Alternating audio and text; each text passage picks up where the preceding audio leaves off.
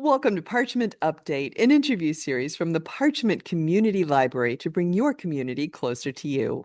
I'm Karen Woodworth, Library Ambassador. I'm joined today by Kate Boeve, Secretary and Athletic Director of the Kalamazoo Scottish Festival Association. Thank you for being here today. Thanks. I appreciate the chance to talk to you. We all Well, do. thank you. Well, the Scottish Festival is returning to Kindleberger Park in Parchment this year on Saturday, September 12th from 9 a.m. to 5 p.m. Because the preview concert scheduled for August 9th needed to be canceled due to bad weather, let's start by talking about music. What musicians will be performing at the festival this year? Yes, we were sorry to miss that opportunity, but two of the groups were going to be there. The first was the Kalamazoo Pipe Band, who, of course, we must have at a Scottish festival. And they set the ambiance and lead some marches, and they have solo pipers up on the hill. It really makes the atmosphere very Scottish, and they're wonderful to work with. A second, very well known to Kalamazoo group is Celtic, and they're a quartet now. They have a fourth member, and they do beautiful vocal and instrumental Scottish Celtic music. So they'll be there. We also have returning the teens that are in they take classes at the folk arts music school here in Holland. They call themselves the Mitten Pickers. So they're going to play some nice country bluegrass. You probably know that a lot of our bluegrass comes from Celtic roots. And then we have a new group called World. They are also from West Michigan, and they're a trio of Celtic music, vocal and instrumental, and they're wonderful. We're excited to have them. And we have a magician and another soloist, Toby Bresnahan, and we just are really glad to have such a nice set. Yeah, that sounds like a great lineup. I just love listening to all the musicians, well, as you can probably expect. Yes. Well, I know as athletic director, you are, of course, quite involved with the Highland Games. What's the schedule for that this year, and which events will be featured? Okay. We start after the opening ceremony, so there's a little flexibility, but basically by about 9:30 we'll be starting and run as long as it takes. We have about 57 athletes signed up this year, which is a nice number.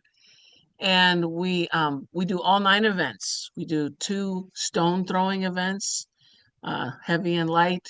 We do two hammer events, throwing a hammer back over your back, heavy and light.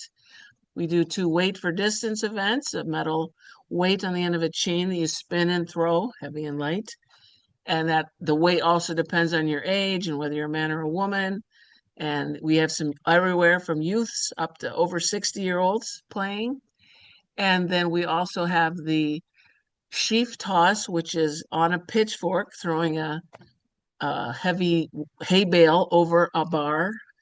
And we do also a heavy stone up and over the bar, weight over bar. And of course, the famous caber toss that everybody knows about, throwing a tree. Yeah, these are just amazing, amazing athletic events. I mean, it's so incredible to watch the athletes as they do these, and they're not things you can see every day. You can't, say, go to a high school track meet and see most of these things happening. So I really hope that people will take the opportunity to see those. Now, I Yes. remember how much fun it was bringing my kids when I was little, and they would do all the children's activities. So, what special things do you have planned for kids this year? Oh, we have a great area at Kindle Park. Kindleberger Park has a really nice sunken area that's fun for kids over there. They have all kinds of crafts to work on. They have mock battles. They have mini Highland games practicing, and there's going to be music. There's going to be a face painter over there, and we have our Nessie wagon, which is a Loch Ness monster that's wagon that's pulled around on a tractor, and the kids love to ride that.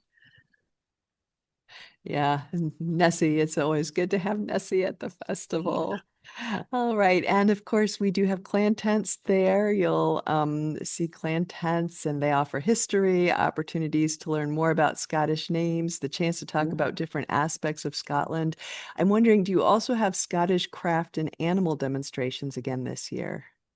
We do. We're fortunate to be able to have a therapeutic pony group coming in with miniature ponies that have kilts on and they walk around the festival. We have mini Highland coos. We have bigger Highland coos. We have Clydesdales and Celtic sheep and a couple Celtic dog breeds. So there's a lot of animals. Some people wait right over there until they arrive. They tend to come a little bit later because they have to drive and everything, but they'll be there. Okay. Well, there certainly are a lot of things going on. And with that, it seems like there must be a lot of volunteer opportunities as well. How can people get involved?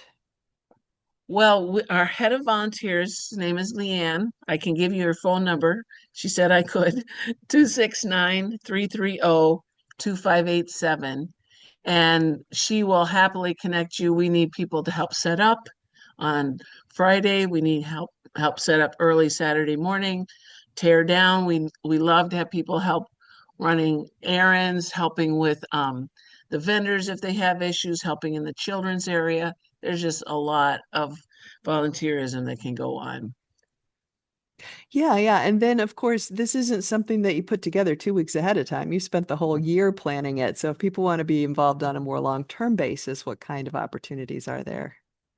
We love to have people like help plan the setup of the different categories like clans or musicians or vendors or animals and in athletics. So the festival has their own table over near the athletic area, and you could come over there and either talk to the athletic area or the merchandise tent and give us your name and we'll give you a call.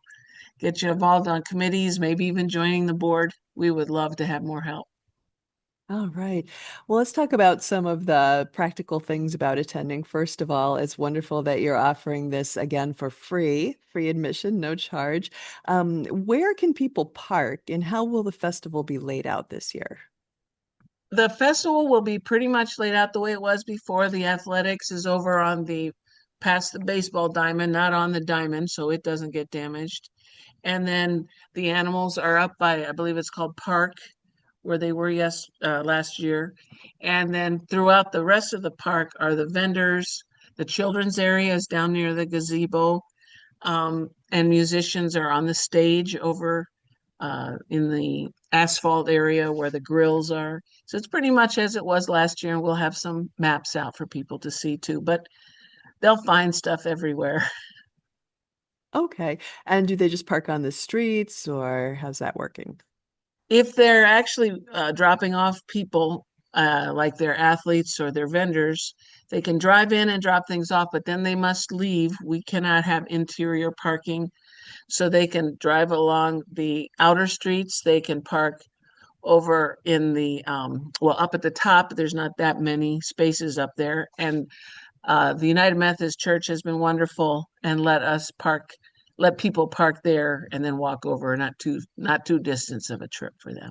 So we really appreciate that because there's not a lot of parking when you can't park inside the park because of all of the activities. True, true. But the park, of course, is walkable from many places in Parchment. Yes, So, yeah. yes. All right. Well, where can people find more information about the festival? Well, our site is Kalamazoo Scottish Fest.org. And we also have little flyers going around everywhere and signs. Parchment City is always lovely to post it on their signs that flip, their electronic signs. You guys always put some posters up in the Parchment Library, so there'll be places to see, but mostly it's the same as it is, and come and enjoy it there in person. All right. Well, before we wrap up, what else would you like us to know? Well, we're excited that we have a big range of athletes all the way from junior and youth all the way up to 60-year-old masters. And we have cool little awards here. I'm wearing earrings that look like little Highland weights. We have some neat products for sale, and of course, the vendors do too. And it's just a really fun family day. Good food. It's just a nice day. Hoping the weather will be great so people can enjoy the music and the fun. Yeah. All right. Well, and again, that's the Kalamazoo Scottish Festival, which will be held on Saturday, September 12th from 9 to 5 in Kindleberger Park. Kate, thank you so much for taking the time to talk with me today and share the information.